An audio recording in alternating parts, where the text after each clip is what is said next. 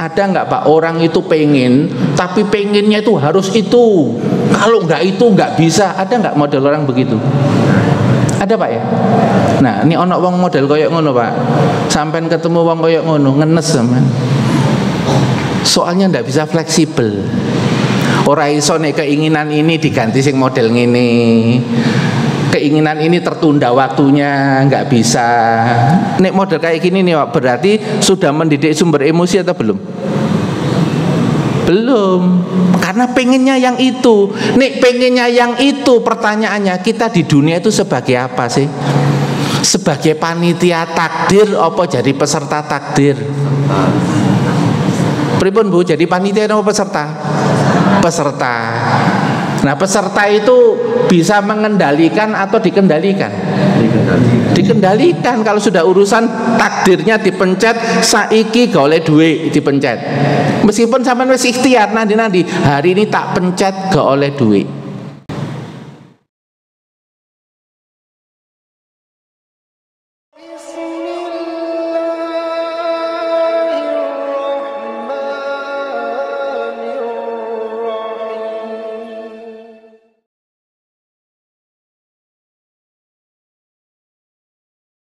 Assalamualaikum warahmatullahi wabarakatuh.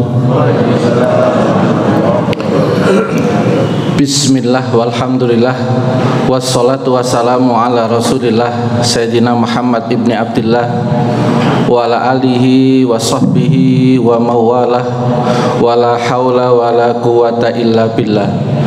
Subhanaka la ilma lana illa ma 'allamtana innaka antal alimul hakim. Allahumma alimna ma yanfa'una wanfa'na bima 'allamtana wa zidna ilman wa fahman. Allahumma arinal haqqa haqqan warzuqna ittiba'a wa arinal batila batilan warzuqna ijtinaba.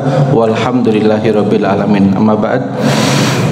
Bapak-bapak, ibu-ibu sekalian yang dirahmati Allah Subhanahu wa taala, syukur alhamdulillah pagi hari ini saya panjenengan semua masih diberikan nikmat hidup, nikmat sehat, nikmat lapang, bisa melaksanakan sholat subuh berjamaah, bisa melanjutkan majelis ilmu. Moga-moga seluruh niat dan amal soleh kita semuanya diterima oleh Allah Subhanahu wa taala. Amin. Yang kedua, para jamaah sekalian, melanjutkan serial judul Metode Mengelola Emosi, seri yang keempat.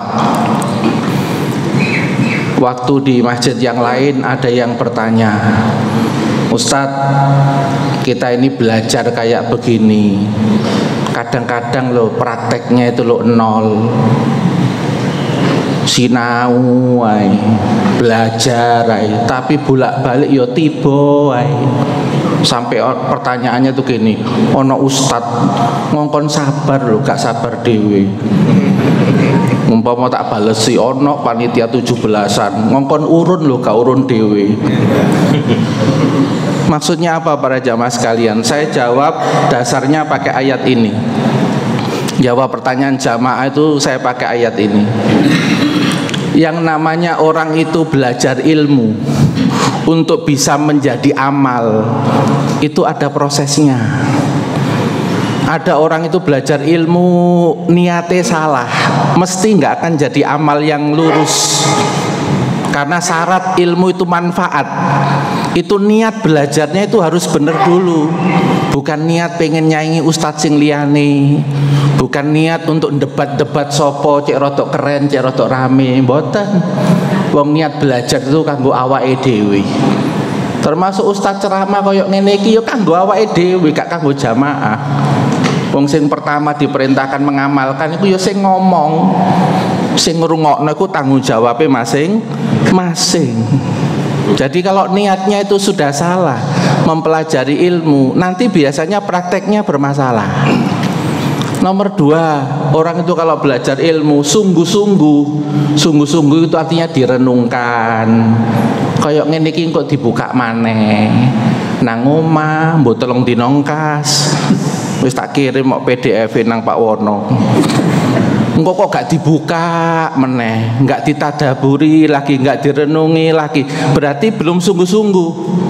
untuk memasukkan ilmu itu sampai terinstal. Karena untuk memasukkan ilmu itu harus diulang-ulang. Sampai mengelola emosi lo sampai 4 seri. Ya, iku karepe apa sih? Mengelola emosi kok sampai 4 seri. Masalahnya mengelola emosi itu mengelola hawa nafsu. Nah, mengelola hawa nafsu itu lifetime, sepanjang hidup. Bendino dipakai. Kalau materi ini tidak disampaikan mulai dari awal mendasar sampai mendetail, nanti kalau praktek bingung. Sampai ada komen tadi itu, wong ustadz yang ngomong sabar gak sabar dewe.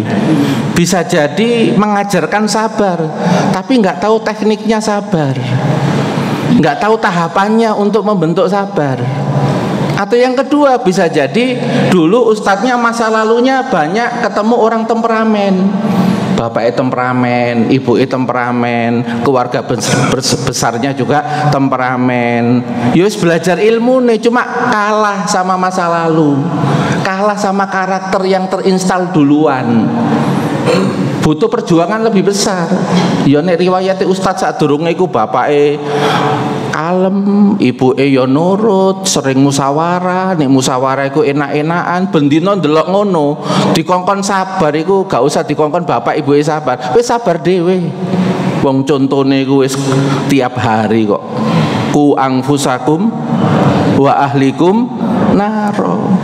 Maka dalam parenting Islam itu kan bukan masalah instruksi yang kebanyakan, tapi yang terpenting itu contohnya loh, sing terlebih banyak.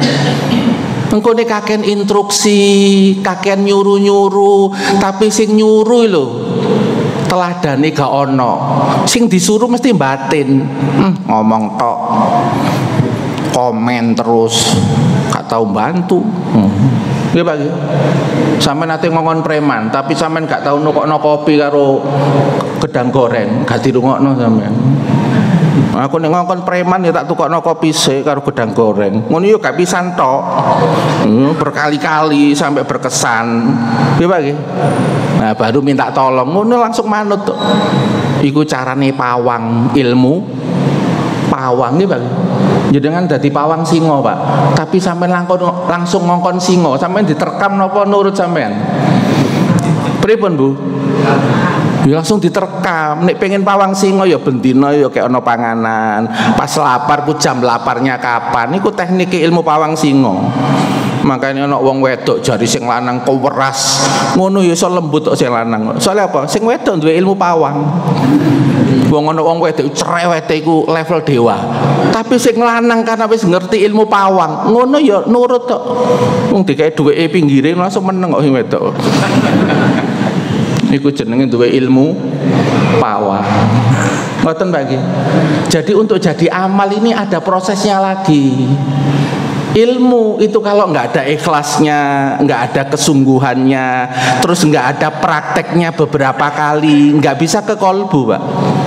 Karena syarat ke kolbu itu niatnya ketu ikhlas, diulang-ulang, ditadaburi, direnungi, terus dipraktekkan berkali-kali.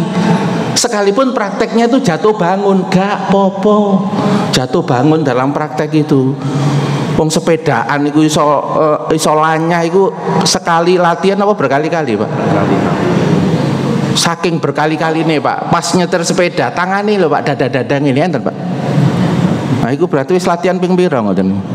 Ya berkali-kali. Makanya para jamaah sekalian, di dalam ayat ini nanti dibaca di dalam tafsir karya Imam Qurtubi. Di sana dikatakan alladzina ya'lamun, orang yang berilmu itu hum yantafi'una bi ilmihim. Ilmunya itu berfaedah bagi dirinya. Berfaedah itu maksudnya apa? Mempengaruhi cara dia bicara, mempengaruhi cara dia itu merespon masalah, mempengaruhi cara dia itu berinteraksi dengan orang lain. Ilmunya itu berpengaruh. Mimik wajahnya luwe lembut, gak kasar meneh, luwe santun, luwe ramah, gak nyekakan, gak suka ngejudge. Berbeda Pak, karena ilmunya sudah merasuk. Itu namanya ilmu bermanfaat. Yantafi'una bi ilmihim wa ya'malu nabi, dan dia mempraktekkan ilmu yang dia pelajari itu. Ini namanya hakikatnya ulama, hakikatnya orang yang berilmu. Kemudian dilanjutkan oleh Imam Qurtubi, wa malam yantafi bi ilmihim, Barang siapa yang ilmunya tidak punya faedah, ngomong instruksi tapi perilakunya tidak menunjukkan instruksinya, omongannya tidak menunjukkan perilaku-perilaku kesehariannya, maka orang seperti ini wa malam ya'mal bi, dan dia tidak melaksanakannya bimanzilati malam ya'lam, maka seperti dia menduduki orang yang nggak tahu apa-apa, meskipun ono iskin nih, meskipun otaknya ada ilmunya, meskipun otaknya itu ada pernah belajarnya, tapi karena tidak terpraktekkan secara rutin, itu kata ulama dikatakan podo ae koyok wong sing gak duwe ilmu. Maka ada seorang ulama mengatakan wal aqilu man atau Allah, orang yang benar-benar berakal itu sebenarnya adalah orang yang taat kepada Allah, yaitu orang yang mempraktekkan secara istiqomah apa-apa yang diperintahkan oleh Allah, bukan sekedar masalah iki pinter akeh ilmunya atau sedikit ilmunya. Itu pengantar sebelum saya mulai masuk kepada tema metode mengelola mesin emosi. Karena bulan yang lalu kita sudah paham mesin emosinya, Pak. Ada 3 komponen utama mesin emosi itu.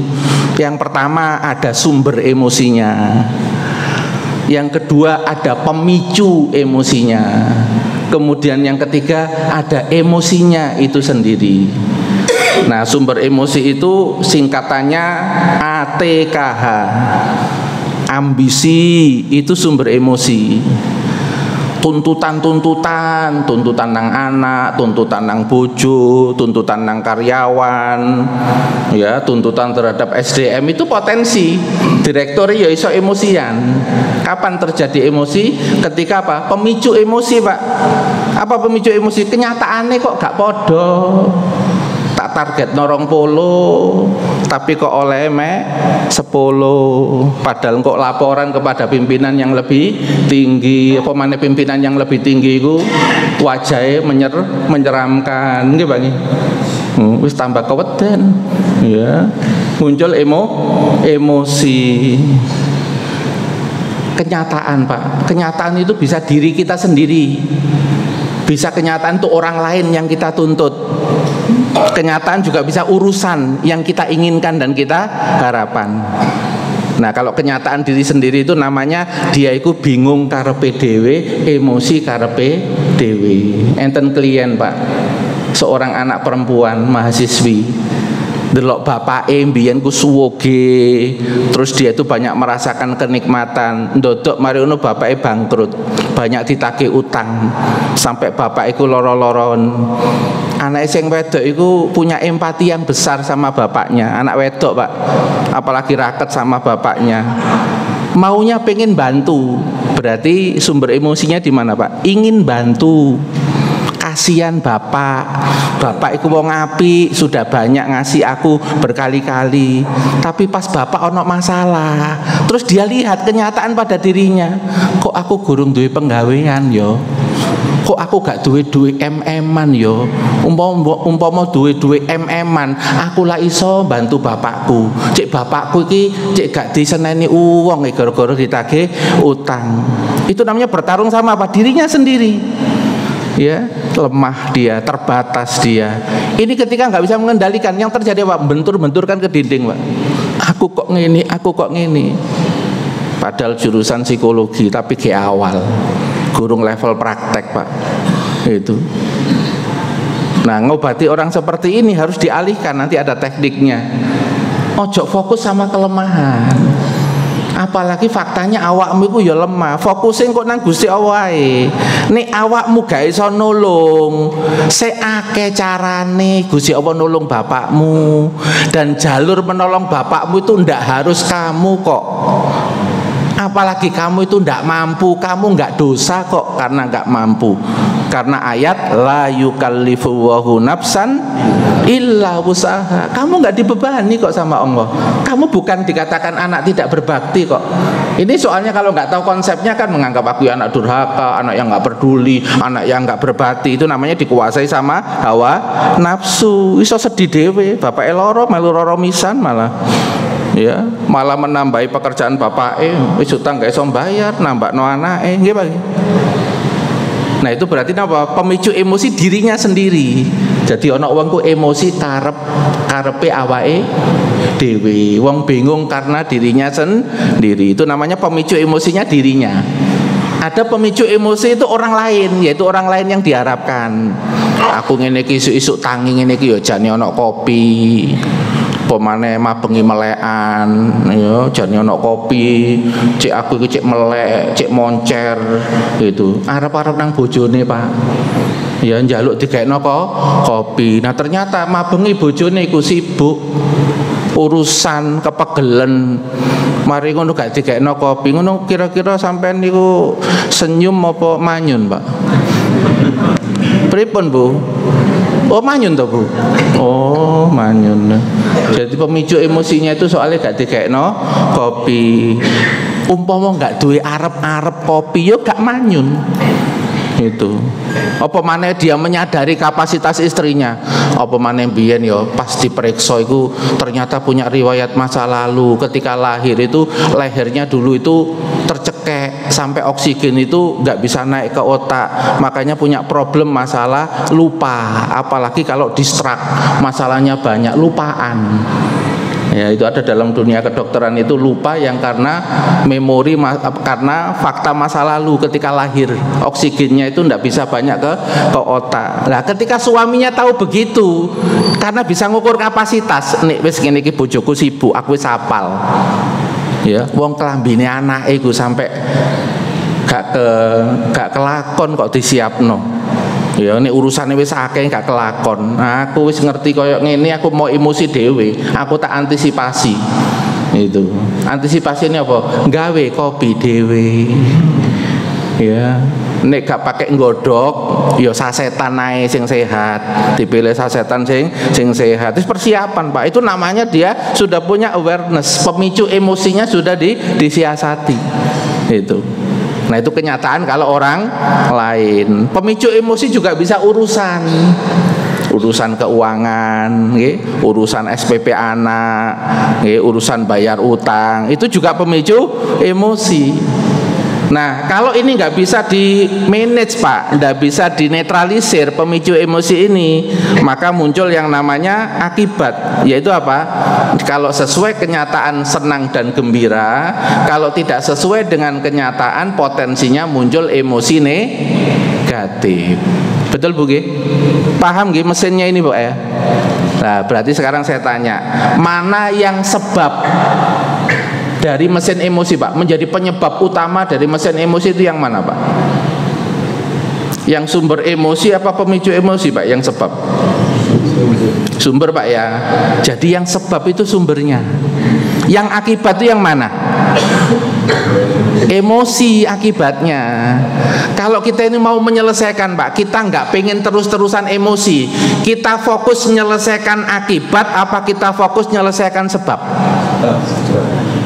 Prioritas pertama dan utama yang kita tangani terus-menerus sepanjang hidup itu kita nanti terus-menerus ngurusi akibat apa lebih fokus ngurusi sumber emosi? Sumber emosi itu. Jenengan nanti kalau ngurusi emosinya tok, tapi sumbernya ini tidak pernah di-training, tidak pernah dididik, nggak pernah dikendalikan, yo siap-siap sedihnya selesai ganti kecewa, kecewanya selesai ganti jengkel. Kenapa? Karena sumber emosinya tidak dididik, sumber emosinya tidak diajari. Wong sumber emosi ku liar. Ada nggak, Pak, orang itu pengen tapi pengennya itu harus itu, kalau nggak itu nggak bisa? Ada nggak model orang begitu? Ada, Pak ya? Nah ini ono wong model koyok ngono, Pak. Sampai ketemu wong koyok ngono ngenes sama. Soalnya nggak bisa fleksibel. Ora iso nek keinginan ini diganti sing model ngene, keinginan ini tertunda waktunya, nggak bisa. Nek model kayak gini nih, Pak, berarti sudah mendidik sumber emosi atau belum? Belum, karena pengennya yang itu. Nek pengennya yang itu, pertanyaannya kita di dunia itu sebagai apa sih? Sebagai panitia takdir apa jadi peserta takdir? Pripun Bu, jadi panitia apa peserta? Peserta. Nah, peserta itu bisa mengendalikan atau dikendalikan? Dikendalikan. Kalau sudah urusan takdirnya dipencet, saiki gak oleh duit dipencet. Meskipun sampean wis ikhtiar nanti hari ini tak pencet gak oleh duit. Kira-kira kita dipaksa sama takdir untuk menerima apa enggak, Pak? Dipaksa. Tapi kalau kita enggak menerima, terjadi emosi apa enggak? Emosi. Sekarang saya tanya para jamaah sekalian, yang masih dalam area kendali kita itu sumber emosinya atau kenyataan yang dalam kendali kita? Sumber emosi. Yang dalam kendali kita, Pak, Bu, mana Bu? Kenyataan yang di luar kita atau sumber emosi? Sumber emosi. Sumber emosi. Allah itu maha adil, Pak. Jadi ojo kakian nyalahno kenyataan dan keadaan. Soalnya kenyataan dan keadaan itu pertama iku area takdirku. Iki kerajaanku donya. Ono sing tak izinno, ono sing gak tak izinkan. Ma asoba min musibatin illa bi'nillah. Apapun yang terjadi ditimpakan kepada siapapun itu karena izinnya Allah, karena kehendaknya Allah. Nek masih belum sesuai kehendakmu, sing sopan santun, awakmu nang kene gak panitia tapi peserta. Enten apa mboten peserta tapi gaya panitia? Enten apa mboten? Oh, kata nggih. Lah niku. Nih atip peserta gaya panitia itu biasanya ruwet, Pak wong.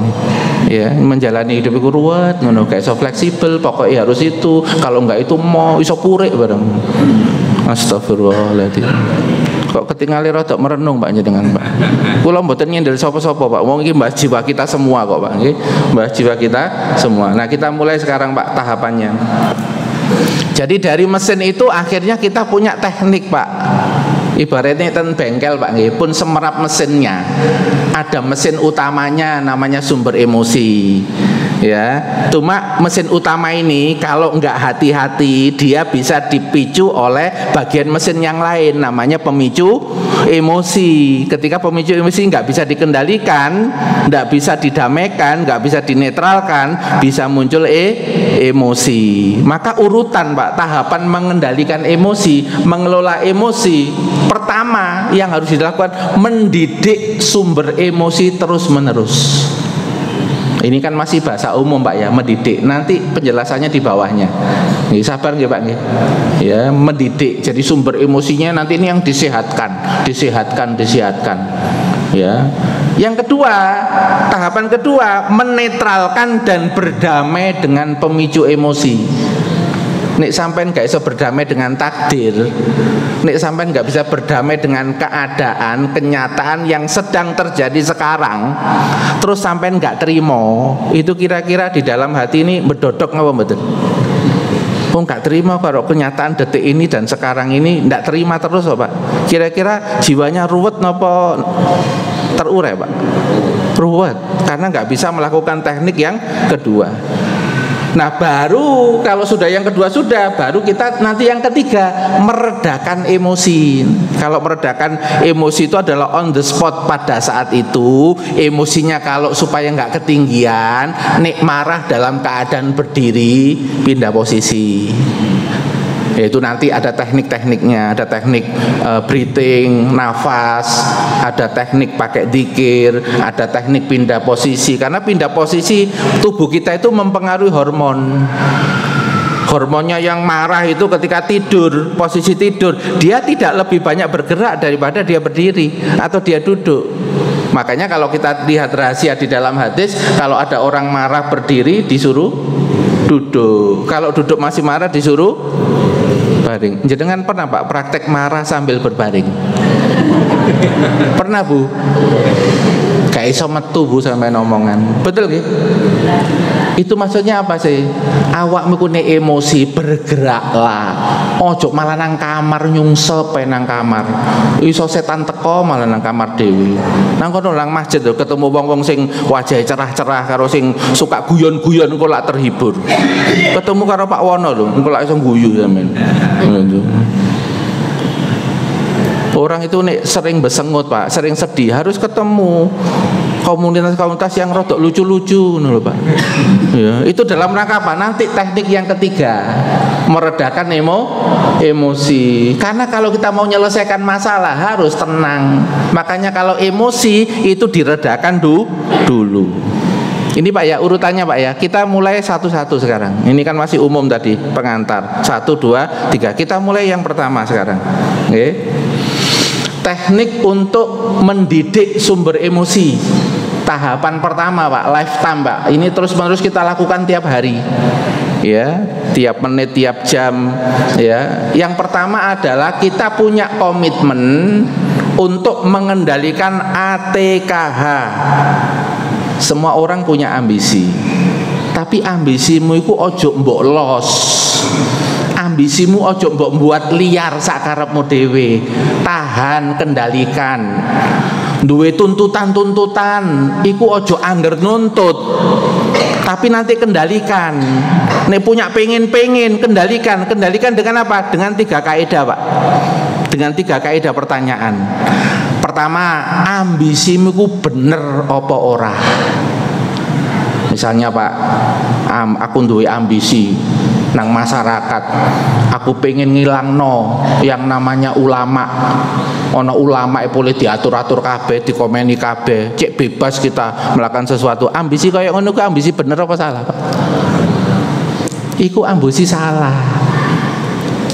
Wong ono ambisi kok ate ngentekno ulama, ngentekno orang pinter dalam urusan agama, cek gak rodok repot, ngene salah, ngene haram, ngene gak oleh. Lalu dia punya ambisi, wis negara iki cek bebas.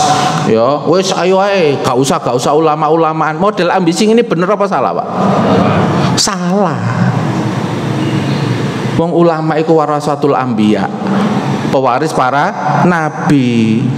Untuk noto supaya orang itu tahu jalan menuju surga, supaya tahu cara bagaimana mengatasi masalah tapi bahagia dunia dan akhirat. Kok gak dianokno? Itu ambisi yang bertentangan dengan syariat namanya.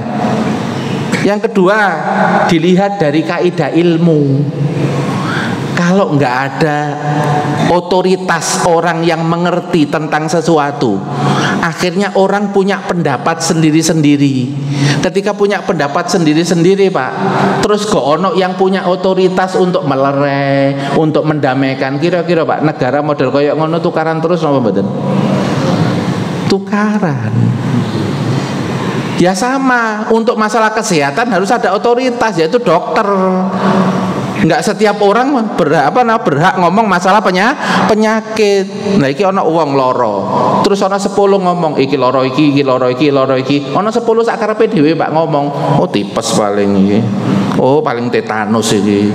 Soalnya apa panas. Tetanus ya panas, tipes ya panas. Kabeh komen, padahal enggak punya otoritas. Kira-kira hidup kayak begini Pak, yang pasien itu jadi bingung apa mboten? Bingung.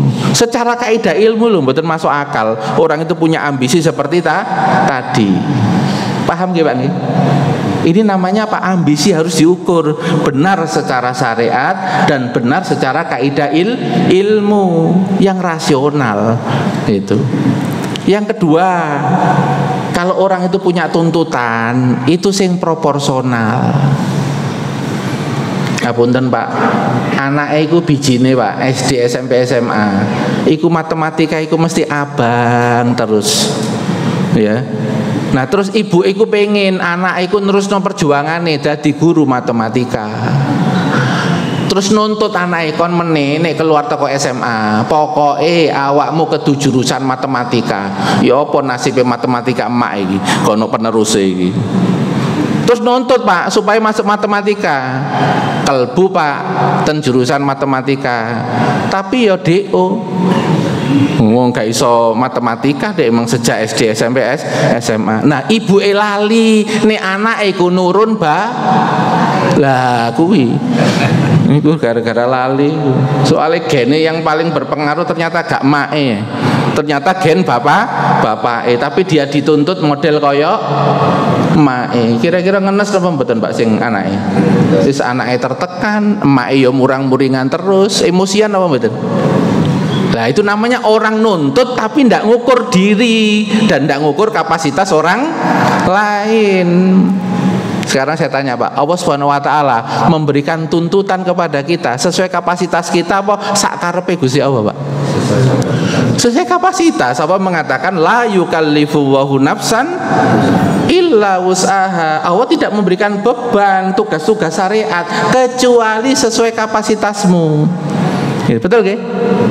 Ini ayat Al-Quran. Hadisnya mengatakan apa? La tukallifuhum ma yaglibuhum. Jangan menuntut mereka di luar kapasitas mereka. Orang itu kalau nuntut Pak sama orang lain, tapi orang lain nggak dipelajari kapasitasnya, mampu nggak orang lain ini memenuhi tuntutan saya? Kalau angger nuntut, kira-kira siap-siap emosi apa betul Pak? Siap-siap emosi. Misalnya nuntut anaknya dipanggil langsung dalam terus melakukan, tapi anaknya itu main game lagi berkelompok sama temennya, lagi asik-asiknya Pak.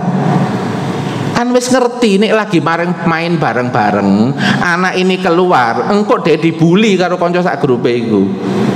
Kan dia dilema Pak, aku ini memenuhi panggilan mama apa aku siap dibully yo.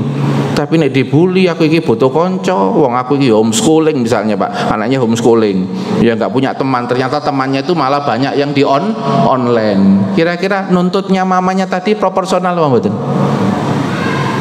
Nggak proporsional. Nah kalau nggak proporsional Pak, siap-siap emosi.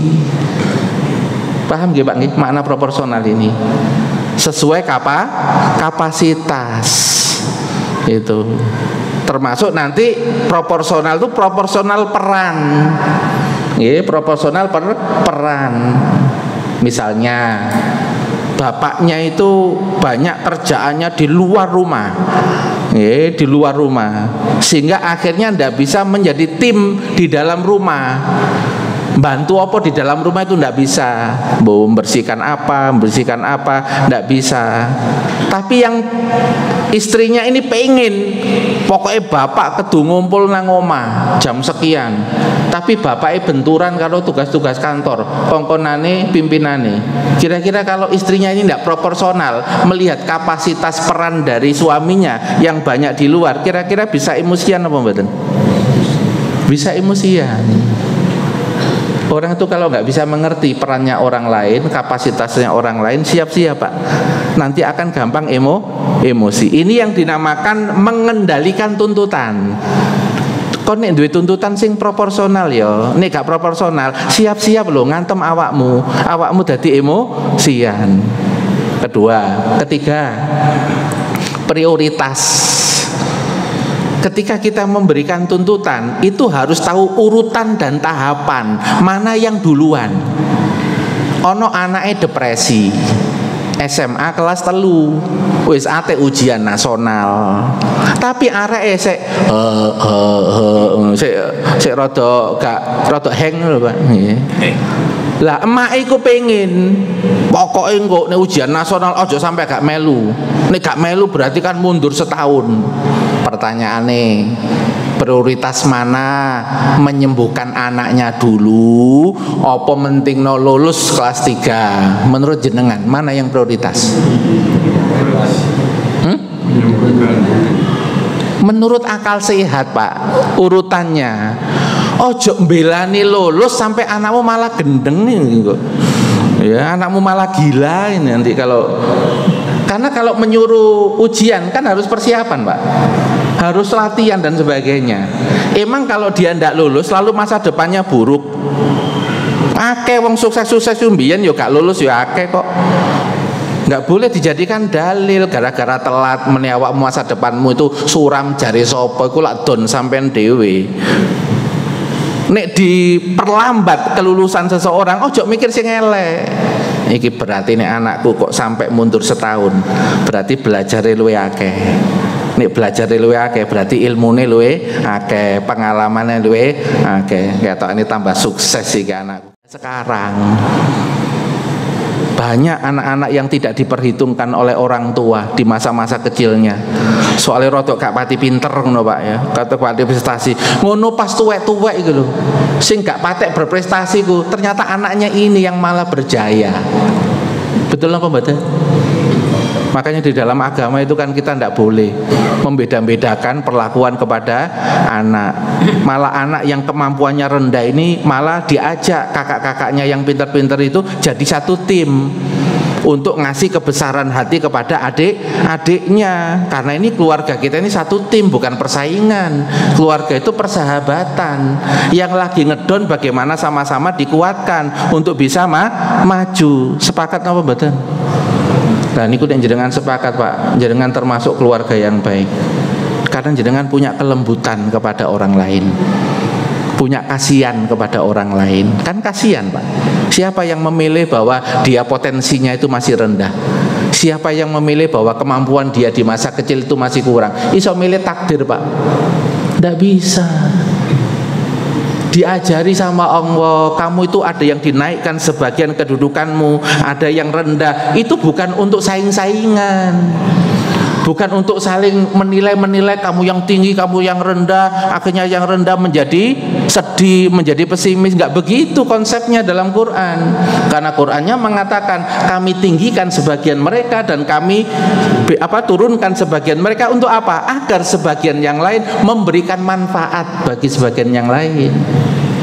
Bukan mengeksploitasi, bukan merugikan, tapi saling memberikan support, memberikan kemanfaatan. Itu namanya berarti kelebihannya menjadi berkah, bukan kelebihannya menjadi musibah.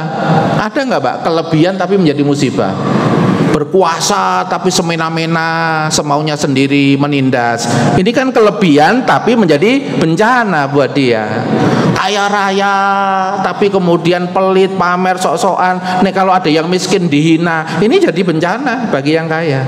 Karena kelebihannya ternyata tidak mampu menjadikan dia keluar kebaikan darinya. Sepakat nggih? Ini tahapan yang pertama Pak, harus terus diukur benar enggak ya pengennya kita, benar enggak tuntutan kita, proporsional enggak harapan-harapan kita, prioritas enggak. Ini nomor satu. Ini lifetime Pak, setiap hari Pak, karena kita pengen ya setiap hari itu. Ibu-ibu kalau punya uang, uangnya SPP anak, terus kemudian ke pasar, terus lihat baju yang bagus, baju impian lah, ternyata baru nampak tadi ya, nampak di mall, terus potongannya 50%, terus duitnya SPP anak itu kira-kira dibuat beli apa besok dibayarkan? Ibu-ibu milih yang mana? Kok agak senyum-senyum yang belakang? Kok kayaknya pertarungan batin gitu? Pripun Bu? SPP anak Bu ya? Oh ya, kalau SPP anak berarti lulus Pak ya, slide ini sudah lulus ya. Karena sudah belajar prioritas.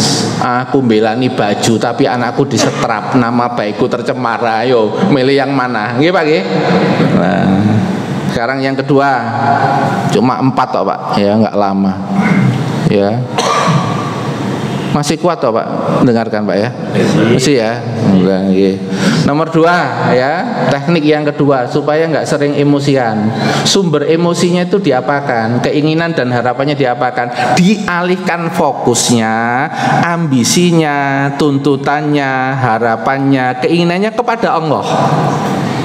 Kenapa? Karena kenyataan nanti yang akan terjadi itu bukan dalam kendalimu. Pemutusnya bukan kamu. Kalau dalilnya itu Pak ya, surat Ali Imran ayat 160, faida azamta fatawakkal 'alallah. Kamu kalau sudah berkeinginan kuat, itu jangan langsung fokus sama ikhtiarmu, tapi fokus sama apa? Ke Allah, tawakal ke Allah, memasrahkan kepada Allah. Sejak awal pengen, sejak awal punya ambisi. Jenengan itu punya ambisi, pengen ngumrohkan bapak ibu, tapi duit mepet. Duit mepet, modal terbatas ya, belum kebuka lah Pak, pintunya dari mana. Itu supaya nanti jenengan nggak kepikiran terus. Sejak awal punya ambisi, karena nggak tertahankan Pak. Kapan aku iso mbales bapak ibu nih gak ngumrohno? Maka pertama kali ngomongnya ke siapa? ke Allah. Jangan fokus sama keinginan jenengan saja. Karena nek didelok potongane kene kok ketokane oleh duit sakmono kapan oleh. Nggih Pak nggih. Tapi kalau kita hadapkan kepada Allah, jenengan sedang mau dibersamai Allah. Kalau Allah membersamai, modal kecil dibersamai Allah, bisa tercapai enggak? Bisa. Nek sampean kok modal kecil terbatas, terus gak nyambung kepada Allah, ya sampai mati angel. Harus nyambung kepada Allah. Di ayat-ayat Al-Quran, orang yang kekuatannya kecil tapi dibantu oleh Allah jadi besar nama badan? Besar. Pasukan Talut hanya 300-an melawan Jalut musuhnya puluhan ribu, menang nama badan? Menang. Dan ayatnya itu adalah biidnillah. Ada kalimat biidnillah, dibantu sama Allah, ditolong sama Allah, diizinkan sama Allah. Itu bukan keren-kerennya pasukan Talut wis jumlah titik, ngombene mek titik, secara logistik kan lemah Pak. Tapi karena pasukan berani mati, alladzina yadununa annahum mulaku rabbihim, mereka meyakini iki wayahe mati, iki ketemu Gusti Allah itu. Makanya pasukan Talut itu pasukan berani mati. Sing dieling-eling ketemu Gusti Allah, ketemu Gusti Allah. Dadi nek perang wis pokoke iki ya kuwabe kekuatan yang dikeluarkan optimal Pak, menang betul. Perang Badar jumlahnya banyak mana? Kaum muslimin sama kafir Quraisy? Kafir Quraisy, tapi yang menang siapa? Rasulullah. Ditolong sama siapa? Nah makanya di dalam agama jenengan kalau pengen yang menjadi harapan, keinginan, tuntutan itu berhasil, ojo dilepaskan sejak awal, nyenden, bergantung, menyerahkan. Menyerahkan itu maksudnya begini Pak, iki tertunda, wis sak karep-karepe Gusti Allah, aku gak ngurus waktu nih. Kok misalnya bukan itu yang saya peroleh, kok diganti sing liyane karo Gusti Allah, gak popo. Itu namanya berarti memang sudah tawakal Pak. Tapi kok saya rodok pengen ngatur-ngatur, kok gak saiki ya Allah, kok suwe ya Allah. Ngono iku berarti wis pasrah apa mboten? Belum. Wong sik mikir-mikir kok, melu ngatur-ngatur kok. Ya. Paham nggih Pak nggih? Maka mengalihkan fokus ini karena kita sadar pemutus kenyataan itu Allah, bukan kita. Pengendali kenyataan berubah naik turunnya siapa Pak? Allah. Anaknya saiki ketokane gak sukses soalnya bijine titik. Apa kita bisa memastikan 10 tahun dia gak sukses? Nggak bisa. Dinamis Pak kehidupan ini. Wong wingi kere mendadak ngono langsung suge ya. Soalnya apa? Oleh rilen. Ya tanahnya kedol MM-an wong kena tol. Ya. Betul begitu. Makanya jangan suka nyangka-nyangka. Oh kere karo awakmu. Kedol M iki. Mari nunggu mobil lho kecelik sampean. Makanya nggak usah nyangka-nyangka orang-orang meskipun tampilannya ketokane kok miskin, iso-iso iku nyamar. Nggih Pak. Itu ya. Itu perintah para ulama itu kepada orang tuh netral sih, netral ae. Ojo nyongko sing elek. Soalnya kok sering nyongko elek malah nanti potensinya suul khotimah. Ulama sudah mengingatkan dengan kaum muslimin tidak boleh suudon terus nyangka-nyangka. Ya, kita memastikan tuh kalau sudah tabayun, sudah ada data yang jelas, baru kita menilai, bukan dari dugaan. Yang ketiga, Allah itu kalau nanti memutuskan atau Allah mengendalikan mesti terbaik wis. Soalnya Allah itu maha pakar ketika menetapkan kenyataan. Misalnya ini, sekarang misalnya tiba-tiba udan, kan mesti orang yang komen, kok udan nih? Gak nggawa jas hujan, ya apa, ya udan iki. Umpama malaikat krungu, kira-kira malaikat ngomong apa? Konta sing dadi panitia angin panitia awan awakmu ae ta. Komen ae. Wong karek urip ae kok. Nggih, Pak. Itu dalam agama kan ada hadis melarang untuk mencela cuaca, betul nggih? Iku ono panitia iku ya wis di-training kok karo Gusti Allah. Kok sampean kok mesti komen, ya. Pasti terbaik. Sekalipun ketokane saiki ketokane akal sampean gak nutut sampean akali.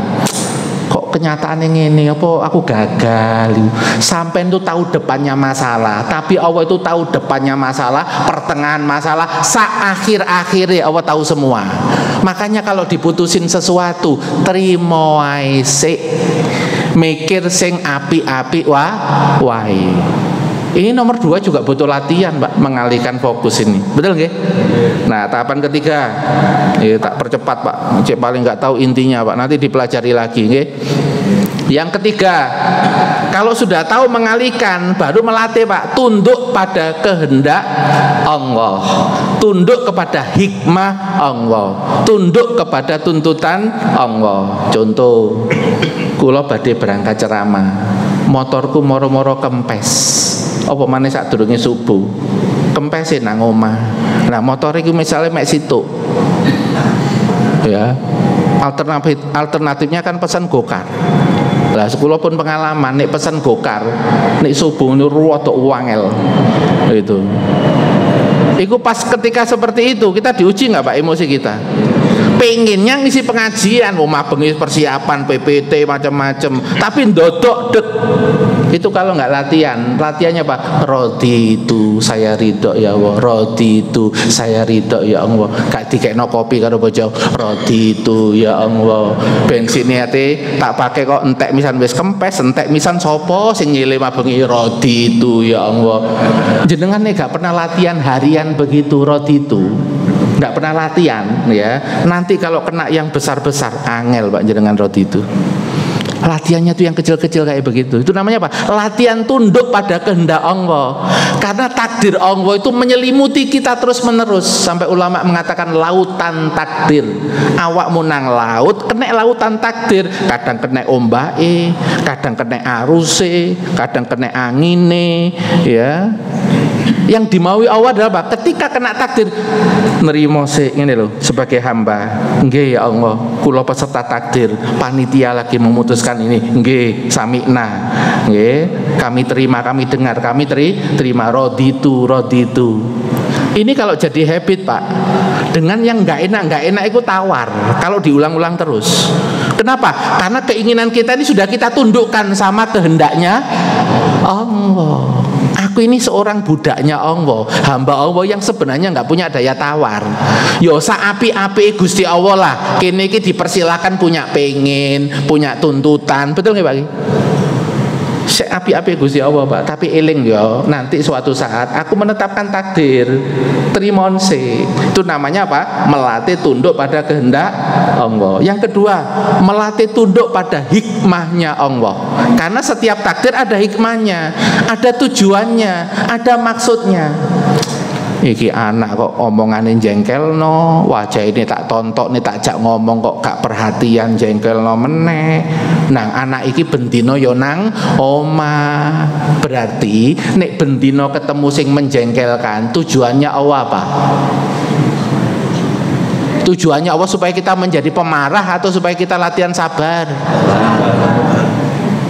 Iki nek gak ketemu maksudnya Gusti Allah kan mesti mangkel. Bendino ketemu gak berubah-berubah ini. Betul Pak? Berarti jenengan ku nuntut takdir berubah sekarang, tapi jenengan itu tidak tahu bahwa Allah itu membiarkan ini terus-terusan menjengkelkan. Soalnya sing di training sampean punya masa lalu temperamen, keluarganya temperamen, makanya ini gak tak training. Iki sampai tuwek temperamen terus iki malahan. Makanya tak kayak anak-anak rotok bandel-bandel jengkel no. Cek latihan mengendalikan emosi. Berarti paham maksudnya Gusti Allah. Itu disebutkan di Al-Quran, Pak. Ya, surat Al-Furqan ayat 20. Wa ja'alna ba'dakum li ba'din fitnatan atasbirun. Kami jadikan sebagian manusia untuk manusia yang lain batu ujian. Apakah kamu mau bersabar? Maukah kamu latihan sabar? Itu namanya apa? Tunduk pada hikmahnya Allah. Gak tunduk pada karepe dhewe. Karepku iku ya kabeh tenang nyenengno karepmu, nggih Pak nggih. Tapi saiki sama Allah dikasih apa? Yang tidak menyenangkan karena punya maksud. Orang itu kalau menjalani hidup, Pak, tidak belajar maksud-maksudnya Allah, berarti dia belum ulul albab. Karena ulul albab itu kalimatnya apa? Rabbana ma khalaqta hada batila. Nek wae dzikir, ingat sama Allah. Ya Allah, yang kau tetapkan takdir-takdirmu itu gak sia-sia ya Allah. Ono wong elek-elek ngene kanggo praktek untuk mengetahui wong api ini original apa KW. Nggih Pak nggih. Jadi boto Pak wong elek. Jadi neten Masjid Radul Jannah kok ono sing elek-eleke metu iku perlu. Ya, karena itu menawari pahala. Ono sing pahala pemaaf nggih Pak nggih. Enten sing pahala sabar. Kok rada mikir Pak ya. Yang ketiga, paham tuntutan Allah. Kalau ada masalah, kejengkelan, Allah itu ngasih yang namanya tuntutan perintah, sikap-sikap terbaik. Nek ono sing menjengkelkan, kita disuruh bersikap apa? Sabar, liyabluwakum ayyukum ahsanu amala. Tak kei masalah itu supaya kamu mencari sikap terbaik. Sing tak tuntut itu mana sikap terbaikmu yang muncul. Ini kalau orang hidup Pak, menjalani hidup fokus sama sikap terbaik, belajar sikap terbaik, merespon kenyataan itu dengan sikap yang terbaik. Kira-kira Pak, sumber emosinya nanti terlatih nama badan, terkendali nama badan. Nah itu Pak, yang nomor 3. Terakhir nomor 4. Ini 4 ini hasilnya Pak. Kalau nomor 1, 2, dan 3 itu berhasil Pak pelatihannya, maka yang keempat ini dapatnya fleksibel dalam merealisasi ambisi, tuntutan, keinginan, dan harapan. Jadi orang yang sudah belajar nomor 1 sampai 3 itu siap Pak, bahwa harapannya tertunda itu sudah siap, ambisinya tertunda sudah siap. Dan ketika tertunda, dia sudah punya konsepnya. Ini tertunda keinginanku, berarti masih butuh amal banyak. Berarti kalau butuh amal banyak, Gusti Allah ku nawari amal soleh rada akeh, cek pahalane rada akeh. Misalnya ada orang sakit, pengennya cepat sembuh no betul. Pengennya cepat sembuh, tapi ternyata di-extend sama Allah. Berobat, kurung mari, berobat, kurung mari. Sampai luar negeri Pak berobati.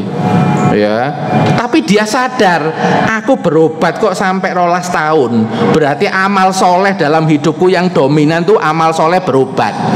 Dan berobat itu kok ono pahalai, ono perintai. Tadawu berobatlah, kan ada perintah Nabi itu.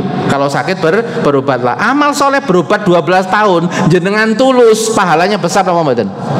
Besar. Apa maneh pas loro-loro Pak. Wong pas loro itu menurut Imam Suyuti itu doanya mustajab. Ini pas loro sampai nggo donga ini punya mustajab dibanding yang sehat. Tuh, berarti enten faedah ya Pak, wong loro itu Pak.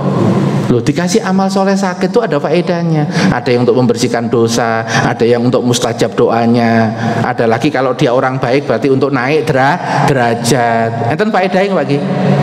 Nah, ini yang namanya apa? Tertunda dari keinginan harapan. Dia sadar bahwa ini tawaran amal soleh. Kadang-kadang dengan tertunda Pak, harapan kita, kira-kira orang akhirnya belajar ilmu apa mboten? Belajar Pak, berarti mau ditambah ilmu sama Allah. Itu namanya tertunda. Atau tergantikan, siap tergantikan. Pengen sekolah ITB, tapi adik-adik ikut nericil Pak, butuh biaya wong tuane. Padahal pengen bangun sekolah ITB. Akhirnya dia milih bekerja.